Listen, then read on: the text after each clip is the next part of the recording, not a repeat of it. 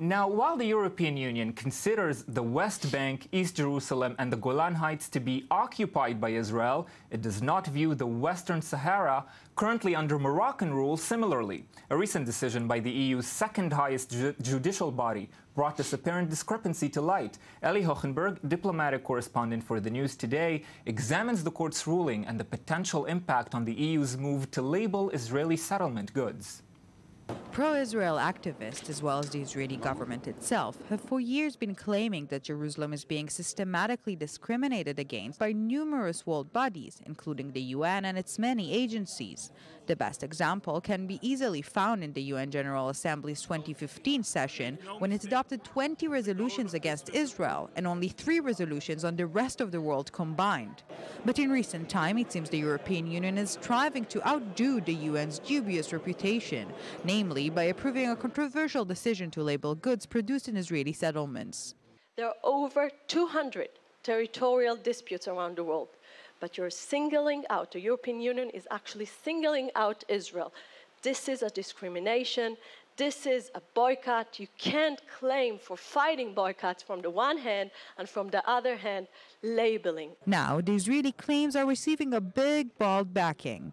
The European Union's second highest court decided last Thursday that the bloc must strike down a trade agreement with Morocco signed back in 2012 because of the Western Sahara, a region which Morocco occupied in 1976 after Spain gave up its colony there.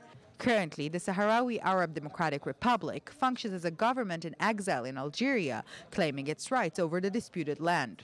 But apparently, for the EU, the verdict regarding one alleged occupied territory is not the same as the others. Instead of calling to label Moroccan products from the Western Sahara, in keeping with the EU's policy on Israel, the bloc's top diplomat Federico Mogherini said Monday the Union will appeal the ruling, while vowing the trade deal remains in effect and warning the court's decision could threaten broad bilateral ties.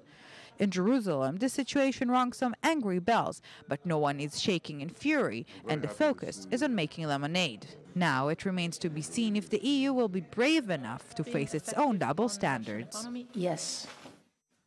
Yes.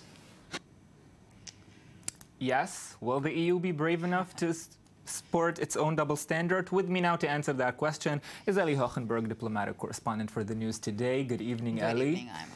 Eli, it's a very strange and controversial move. It seems that this would support Israel's case against the EU, would it not? Absolutely. If we're talking about hypocrisy, so this is the perfect example. And we've been talking quite a lot about the growing trend among European countries and the anti-Israel sentiment there. And we've been mentioning Sweden quite a lot in this regard, and surprise, surprise, in this case, the Swedish foreign minister is starring yet again, saying that the cancelling of the trade agreements with Morocco is unacceptable, while still holding a very hard stand towards Israel. But as said, Israel is focused on making lemonade, and we already hear several legal experts claiming that this case might strengthen the Israeli case against the EU, basically undermining the EU's argument that one occupied territory is different than the other, because we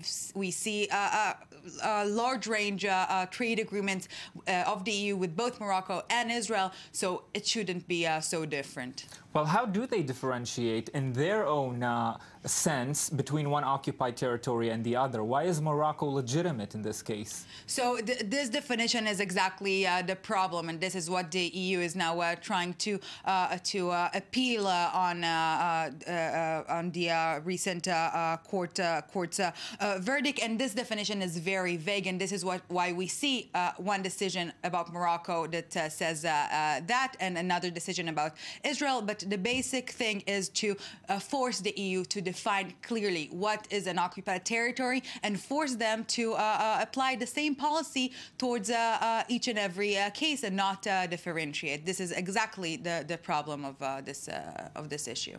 What is an occupied territory? Certainly a question that we debate here a lot. Eli Hohenberg, thank you very much for being with me tonight.